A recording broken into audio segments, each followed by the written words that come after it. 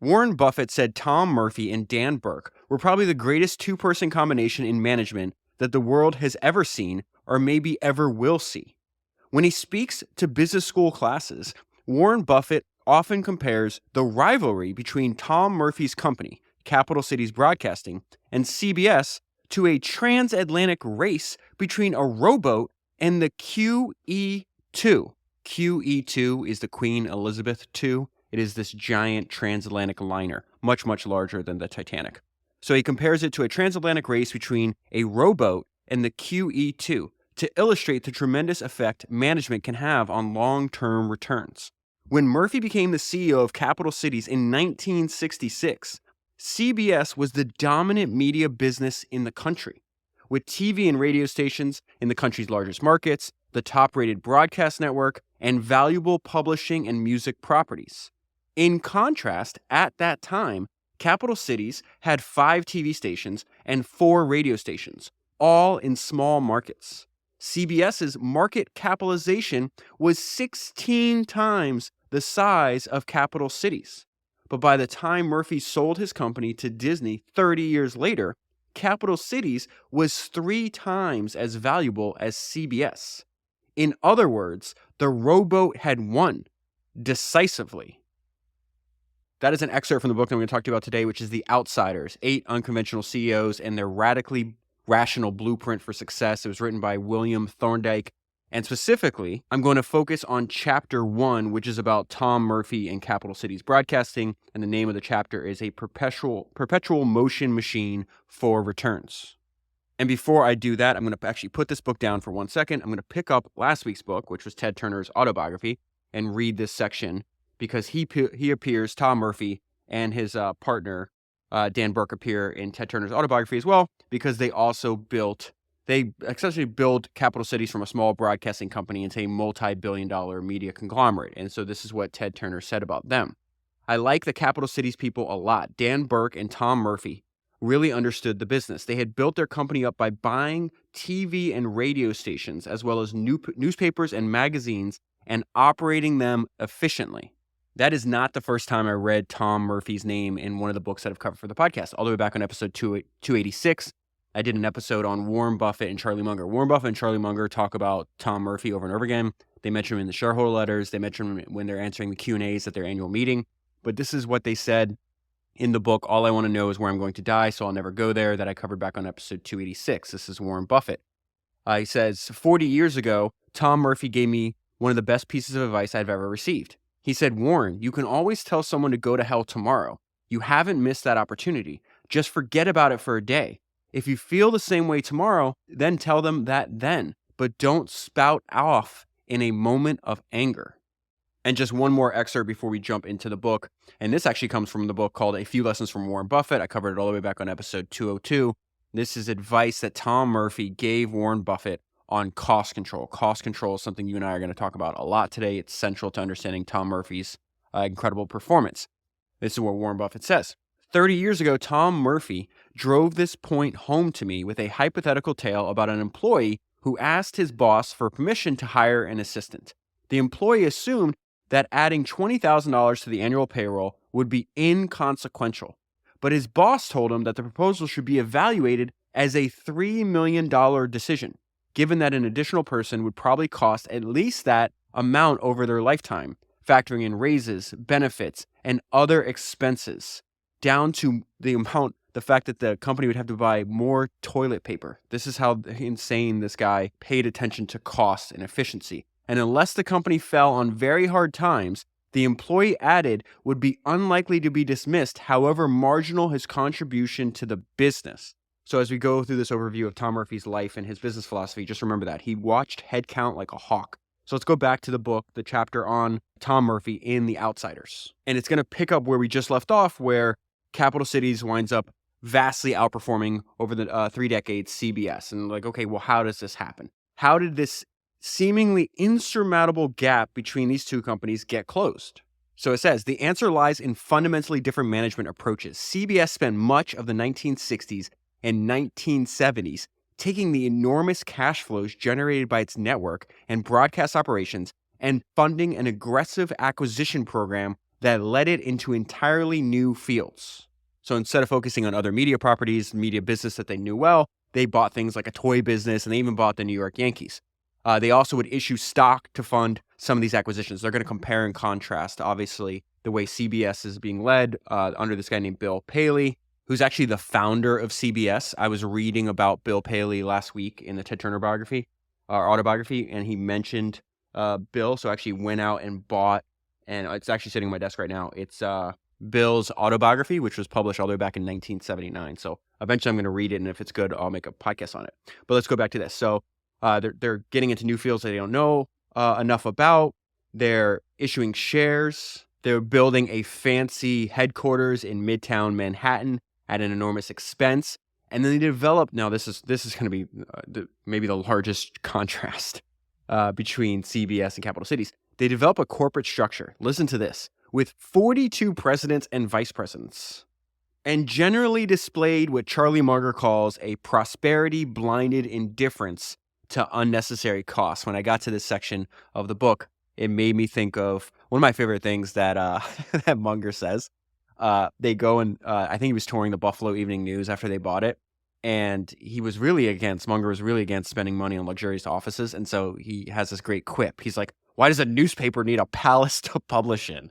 And so that's what I think of when they're describing what's going on here. The strategy at CBS was consistent with the conventional wisdom of the conglomerate era, which espoused the elusive benefits of, quote, diversification to justify the acquisition of unrelated businesses. At its core, CBS's strategy, implemented by Bill Paley, was focused on making CBS larger. So now they start contrasting that with Murphy's strategy for capital cities. In contrast, Murphy's goal was to make his company more valuable, not just larger, but more valuable, as he said to me.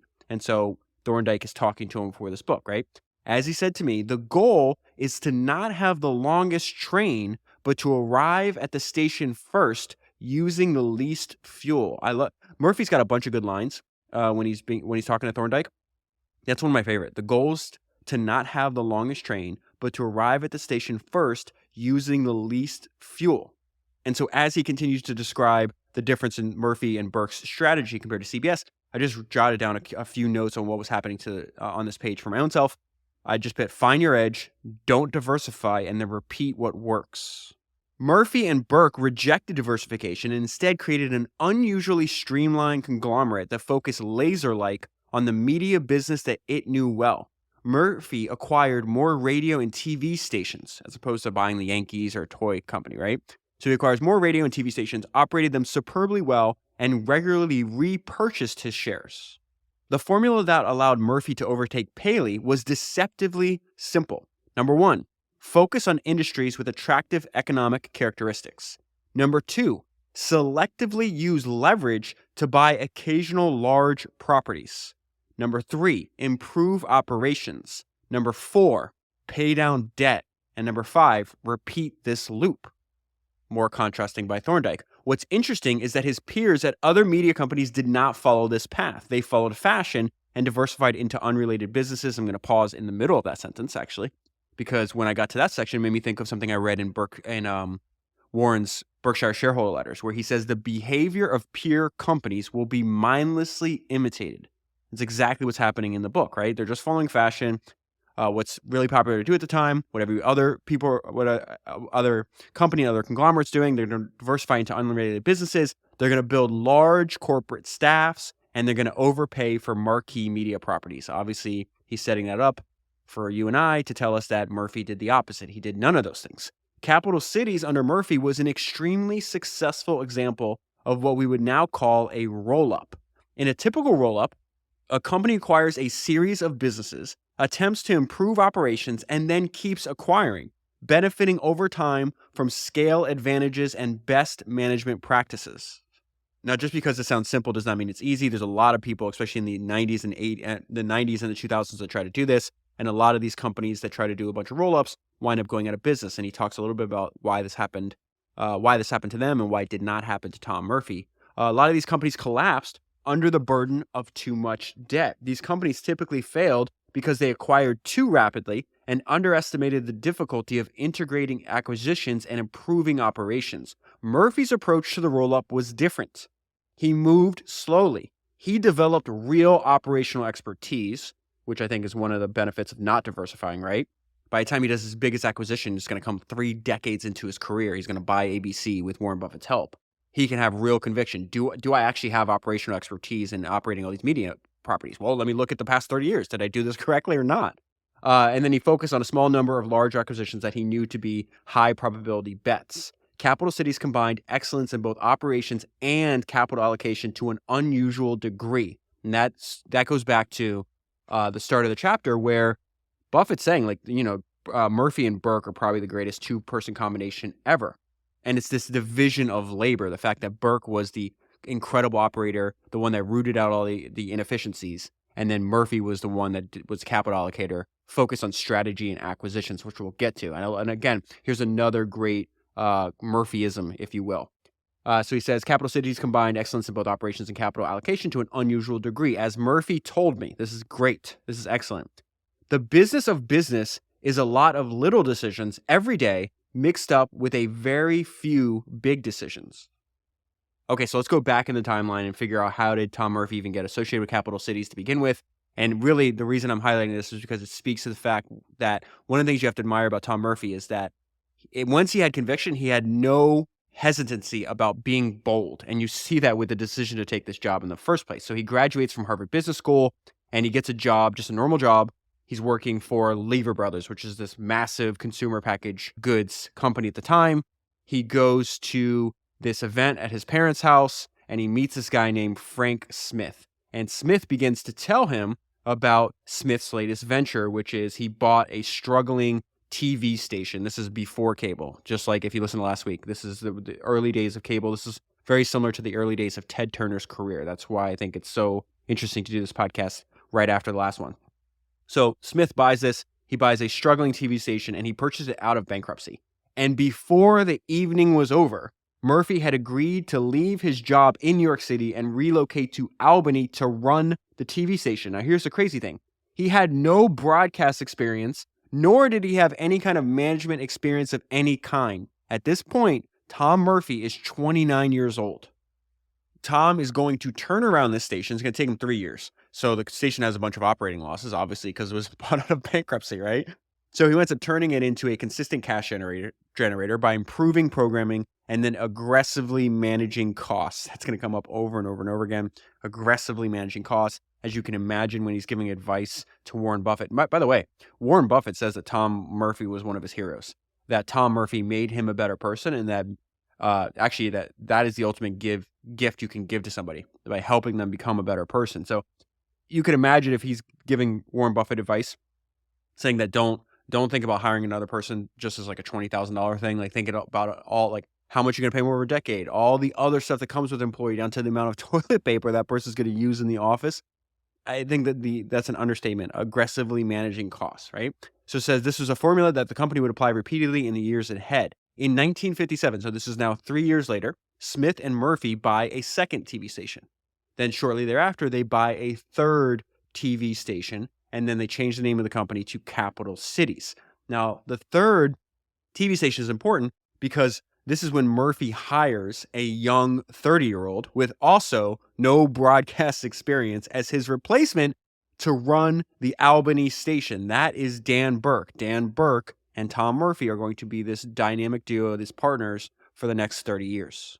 So Murphy spends time training Burke, and he says he quickly indoctrinated Burke into the company's lean, decentralized operating philosophy. Then Murphy moves back to New York to work with Smith to build the company through acquisition. So that is how Capital Cities is going to grow. It grows by selectively acquiring additional radio and television stations. Now, here's what happens. Smith unexpectedly dies in 1966. By this time, Smith and Murphy had been working together for 11 years. So that means at 40 years old, after Smith's death, Murphy becomes CEO. And that's the position he's going to hold until he sells it to Disney. So at the time he takes over the company, they have revenue of just $28 million. Murphy's first move as CEO, he's like, okay, I'm going to elevate Burke to the role of president and chief operating officer. And this was an excellent selection of a partner because they have essentially opposite skill sets and they have a very clear division of labor. And so this is a description of their excellent partnership and who did what. Burke was responsible for daily management of operations and Murphy for acquisitions and capital allocation. As Burke told me, our relationship was built on a foundation of mutual respect. I had an appetite for and a willingness to do things that Murphy was not interested in doing. Burke believed his job was to create the free cash flow, and Murphy's job was to spend it. So by this time, Capital City owns 5 different TV stations.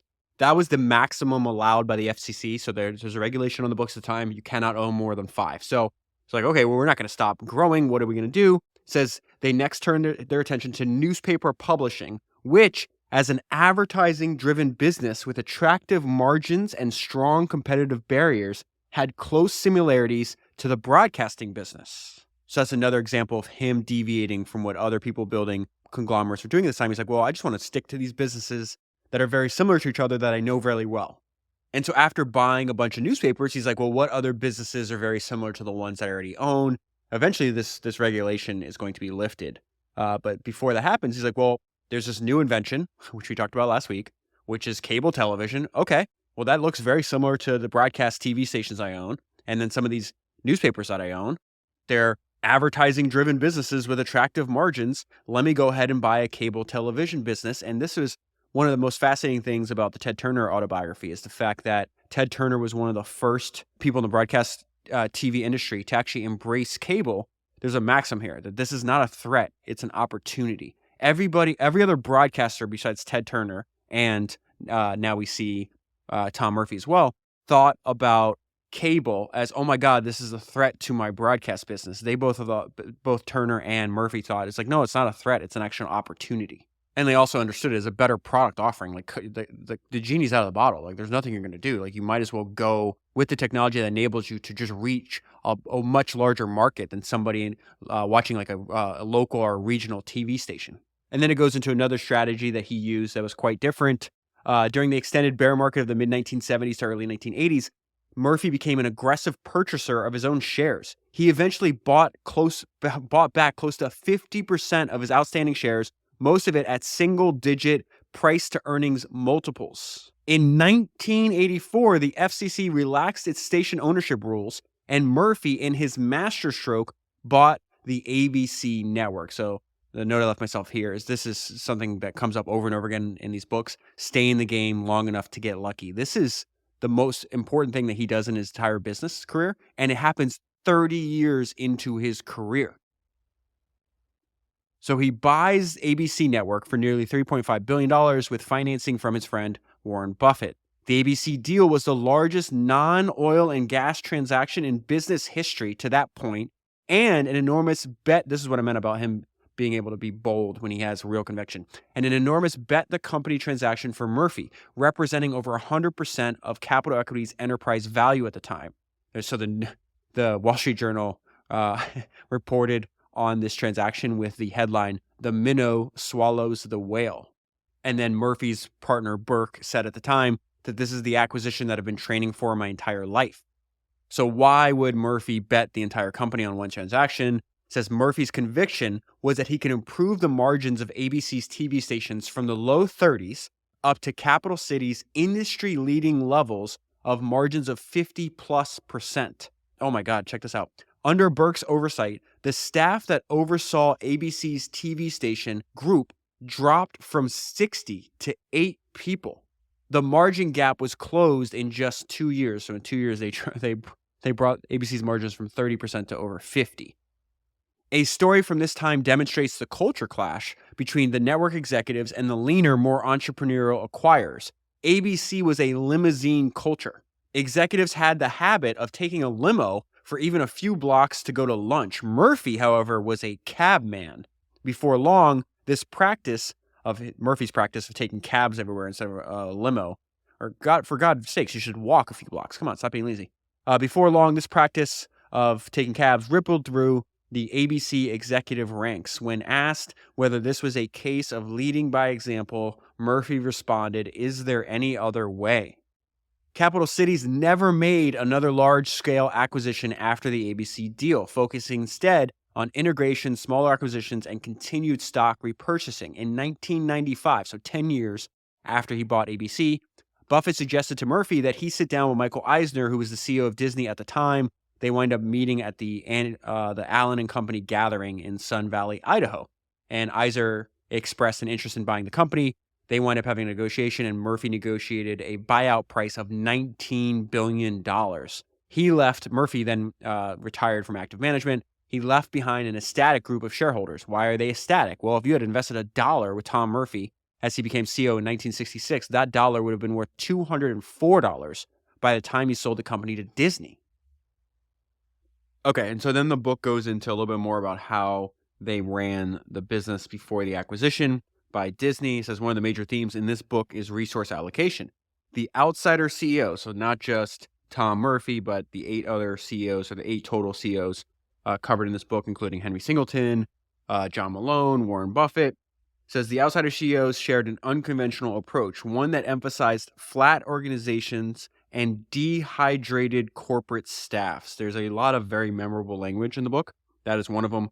Dehydrated corporate staffs. They also talked about headquarters staffs being anorexic. Both of those descriptions being important because that's how they want to build the company's culture. So the company's culture at capital cities meant extraordinary autonomy for operating managers. And this principle was stated in a single paragraph on the inside cover of every capital city's annual report. And it says, decentralization is the cornerstone of our philosophy. Our goal is to hire the best people we can and give them the responsibility and authority they need to perform their jobs. We expect our managers to be forever cost conscious. That phrase is repeated a few times, forever cost conscious, and to recognize and exploit sales potential. Headquarters staff was anorexic. No vice presidents in functional areas like marketing, strategic planning, or human resources. No corporate counsel, and no public relations department either. In the capital city's culture, the publishers and station managers had the power and the prestige internally, and they almost never heard from New York if they were hitting their numbers. The company's guiding human resource philosophy was repeated over and over again by Murphy, and it was, hire the best people you can and leave them alone. Extreme decentralized approach keeps both cost and rancor down. And I love how they make the point that capital cities ate their own cooking. The guinea pig in the development of this philosophy was Dan Burke himself. In 1961, after he took over as general manager at WTEN, which was the station in Albany that first Murphy was managing, right? So after he takes over for Murphy, Burke, this is hilarious. I love this part. Burke began sending weekly memos to Murphy as he had been trained to do when he worked at General Foods. After several months of receiving no response, he stopped sending them, realizing his time was better spent on local operations than on reporting to headquarters. As Burke said, Murphy delegates to the point of anarchy. Again, great memorable language in here. Murphy delegates to the point of anarchy. Frugality was also central to the ethos. This is going to sound a lot. I mean, the two main, I think, ideas you see over and over again in the history of entrepreneurship is 1, the importance of focus, and 2, gentlemen, watch your costs. That is a quote from Andrew Carnegie. They are all of the people that we study on the podcast, with very few exceptions, were maniacal about watching their costs. And Murphy and Burke describe why they were also fanatical about this. And it is exactly like the frame of mind that Andrew Carnegie and his partner Henry Clay Frick had 150 years before this. This is exactly what they said. So it says, Murphy and Burke realized early on that while you couldn't control your revenues, you can control your costs. They believe that the best defense against the revenue lumpiness inherent in advertising-supported businesses was a constant vigilance on costs, which became deeply embedded in the company culture. That is Andrew Carnegie and Henry Clay Frick. That is Rockefeller. That is Ford. That is Sam Walton. In fact, it was hilarious. I'll bring up Walton in a minute because the next story that illustrates how obsessed they were about cost control reminded me of something that I read in Sam Walton's autobiography. One of the earliest and most often told corporate legends, Murphy even scrutinized the company's expenditures on paint. They wanted to repaint one of their TV stations. And Murphy says, paint the 2 sides that face the road and leave the other sides untouched. He is forever cost conscious. There is a great story, anecdote told in Sam Walton's autobiography. He's flying the plane, that little Cessna that he would go around picking out like the new Walmart stores, and they're trying to come up with a name for what the concept behind Walmart. And there's a series of names. Walmart is one of the ones suggested, and one of the reasons, first, Sam was inspired by Sol Price, who I've covered over and over again, about FedMart. And so he liked the idea of Walmart, but one of the reasons he picked it is because it had less letters than the other options, and therefore less lighting. That you knew you had to light up your stores, right? And so the less letters, less lighting, less costs on a grand scale. As he expands, might be only 7 letters instead of 11 or whatever the other options were, but that additional 4 letters, you don't have to make them, you don't have to light them, you don't have to clean them, all the additional expenses that would compound over time. So again, they all think this way. They are forever cost conscious. They're just insane about getting this competitive advantage that comes when you just watch your costs like a hawk. This is where he goes into headcount over and over again. So Phil Meek is one of the guys. He runs their publishing division. He works for both Burke and Murphy, right? Phil Meek took this message to heart and ran the entire publishing operation. So at this time, they had 6 daily newspapers, several magazines, and a bunch of weekly like shoppers, these things you see in like grocery stores. And he ran his headquarters with only 3 people. They would have very few meetings. One of the meetings is the people would come to New York and they'd go over all of they're obsessed with economic efficiency and how it relates to every single other idea that they have in their philosophy. And so what they do is they sit down and they go through line by line everything that you're spending.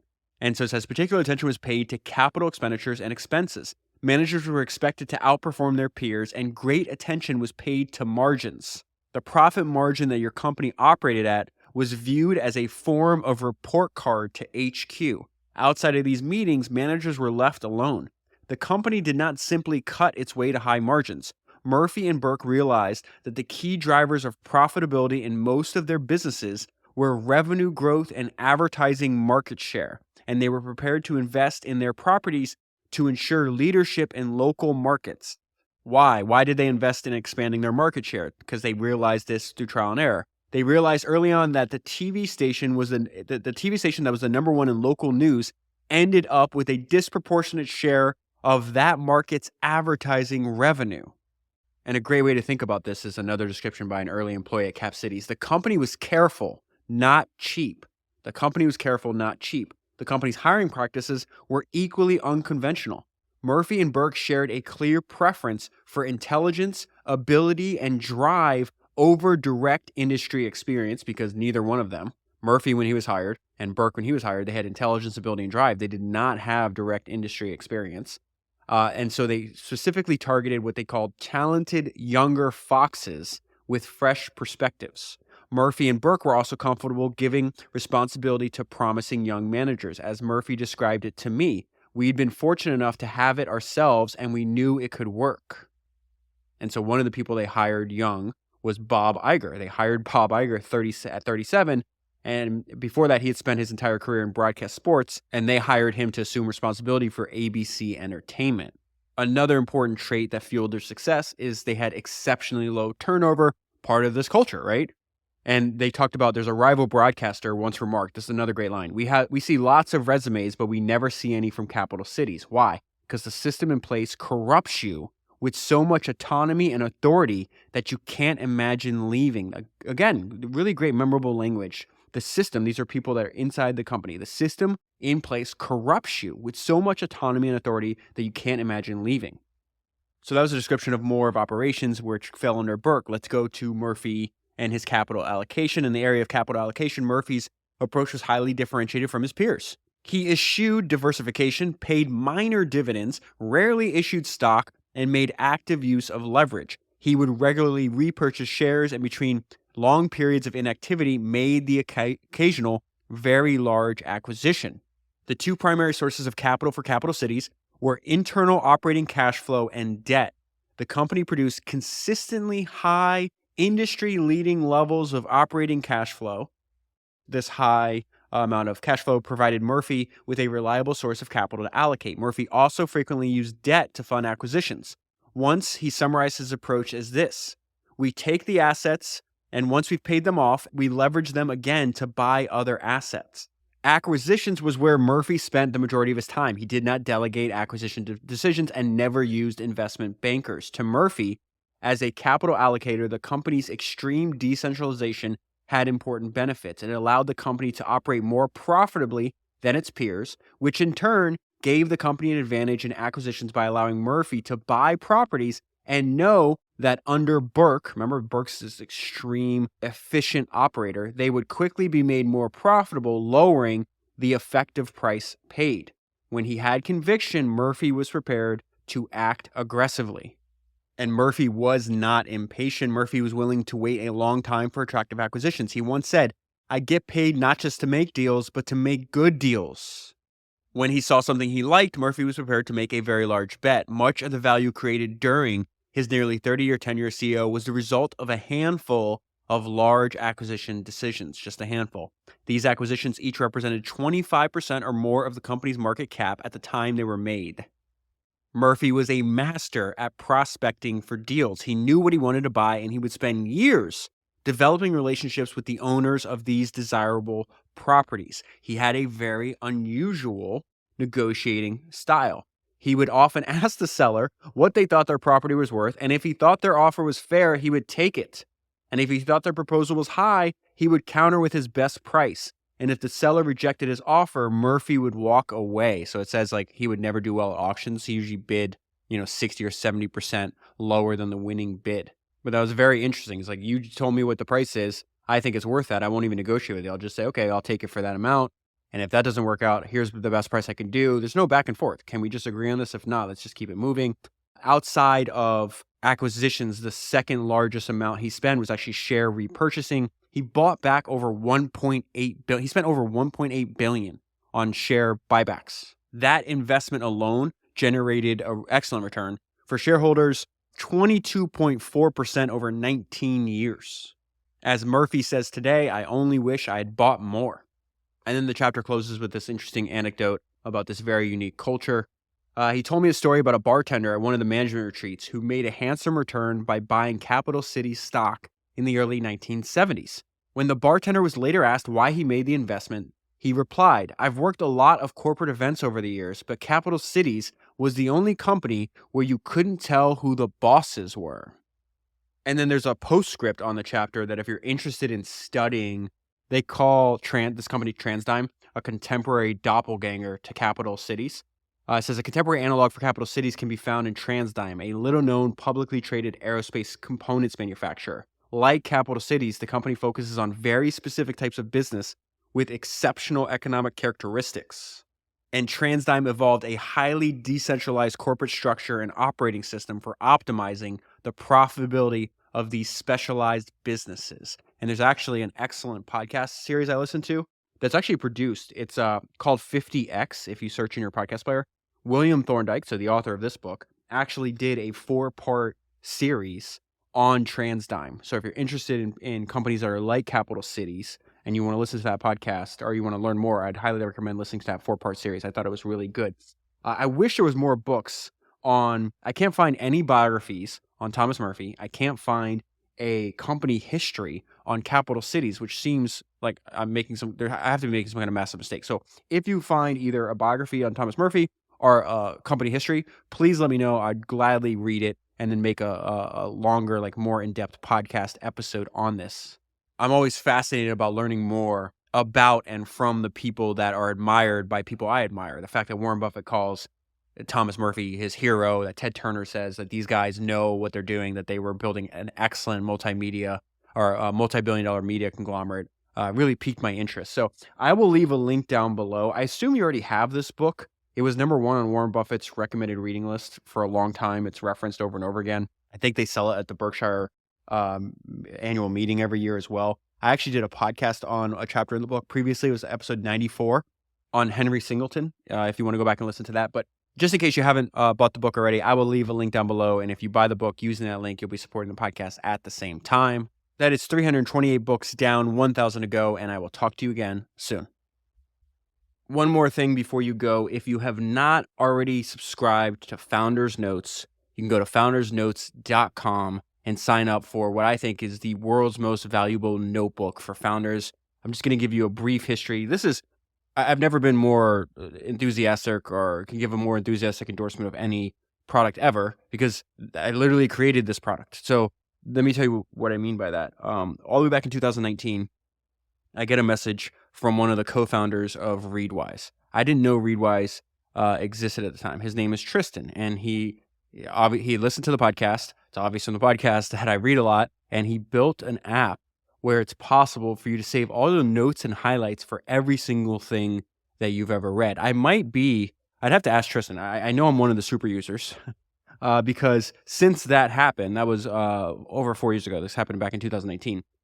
Over the years, I've added over 20,000 of my highlights and notes on all the books that I've read for the podcast. This takes an unbelievable amount of time. And typically if I make a 1 hour long podcast on a book, that means I've spent about 40 hours for every 1 hour of audio that I produce, 40 hours reading, researching, taking notes. At the end of all that process is I manually add in all my notes and highlights. So like I would say, I don't know, 80 or 90% of all my notes and highlights never even make it into the podcast, right? Usually that takes, let's call it at least 5 hours, depending on the book. There's at least 300 and I think 10 books of mine in Readwise. If it's each an average of 5 hours, that's essentially the equivalent of 2 full months, 64 days of me putting in all these notes and highlights over the last 4 years. And why would I do that? Because I could not make the podcast without Readwise, because now I have access. I have essentially a database, right, to search all of my notes, all of my highlights. You just heard in this podcast me pull up all of these past descriptions that Warren Buffett and Charlie Munger have said about Tom Murphy. That didn't come from my memory. That came because I'm constantly searching my Readwise. I leave it in my browser every day. I don't X out of it. I'm searching it constantly. I'm going through the highlights feed constantly. I'm going through the favorites feed. I'm going through individual books. I'm searching for keywords. I'm searching for ideas. That is why I think in the right hands, and I'll tell you whose hands it belongs in, I do feel that it's the world's most valuable notebook for founders. And I've been saying this for years because I tweet about it. I post on LinkedIn about it. I go get interviewed and I talk about the fact that Readwise was the best app that I've ever paid for. And so a few months ago, over the summer, I approached the founders of Readwise and I was like, hey, every day I keep getting these messages of people saying they want access to my notes and highlights. And I was always reluctant because I thought it was like, oh, it's like kind of a superpower. Like maybe I should just keep it for myself. But I started thinking, is like, why are people asking this? It's like, oh, because they want to use it exactly how I want to use it. Like you're going to hear a lot of great ideas just from listening to the podcast. But some of these you're going to forget, or maybe you want to search and always have them, like the ideas or the principles at hand anytime that you want. And so I was like, is there a way for us to build a product together where it's very simple? You go to foundersnotes.com, you sign up, and then what do you get? You get access to exactly what I see. You are seeing every single thing that I see. You see all of my books, you see all the notes, you see all the highlights, and then therefore you can actually search, find ideas and principles, and then contextually apply them to your business. So there's a line in Poor Charlie's Almanac that says there's no better teacher than history in determining the future, and that their answer is worth billions of dollars in a $30 history book. This Founder's Notes is like that on steroids because it's not a single history book. It's hundreds of them. And then all my notes and the way I think about and my interpretations of what's happening and why that's so important that I wanted to save that idea and actually put it into a database that I can search. So I said in the right hands, I think it's the world's most valuable notebook. So the reason what I made this for is I made this for founders that are already running successful companies, right? The reason that is because those already running successful companies, what Founders Notes does for those kind of people, and hopefully you're one of them, is it gives you the best way to reference the thoughts and ideas of history's greatest founders. And then it's up to you how to know how to apply what you're learning to your own company. The best founders want useful information. They don't want to be told what to do. And in many cases, the only person that can actually make the right decision for your company is you, because you have all of the context and the history and an understanding of what it is that you actually want to build and what you're doing. The second way I just think about who Founders Notes is perfect for, it's for the already committed. There is no monthly option. There's only annual subscriptions. If you have to think twice about the price, it's not for you. Again, this goes back to there's 300 and something episodes of Founders that anybody can listen to for free. It's for people running already successful companies. Like I spend money all the time. If I think that something is going to make my company better, then I don't hesitate. I view that as an investment, not an expense. And Founders Notes is priced in a way where if you're already running a successful company, it's a no-brainer to subscribe and to at least try it out. So if this is you, I encourage you to test it out for a year. You'll have access to the world's most valuable notebook for founders. And I really do mean that. And I do believe that. And I do think the value that you'll get out of it will be incredible. After you subscribe, keep it in your browser. The tab is always open on my computer. I never exit out. If I do, it's by some kind of drastic mistake. I reference it constantly, every day. There's so much knowledge and wisdom contained in it, over 20,000 highlights. And that doesn't even tell you that what I have coming. I already have 3 upcoming features. It's going to make it even more valuable. That'll be included at no additional cost to you. So I'm not going to even sneak on those yet. I'm going to release them, I think, one at a time. With the help of Readwise, because Readwise, the team at Readwise are the ones helping me build this together. So they've been absolutely fantastic. But to get access to what I sincerely believe is the world's most valuable notebook for founders, all you have to do is go to foundersnotes.com. That is foundersnotes.com.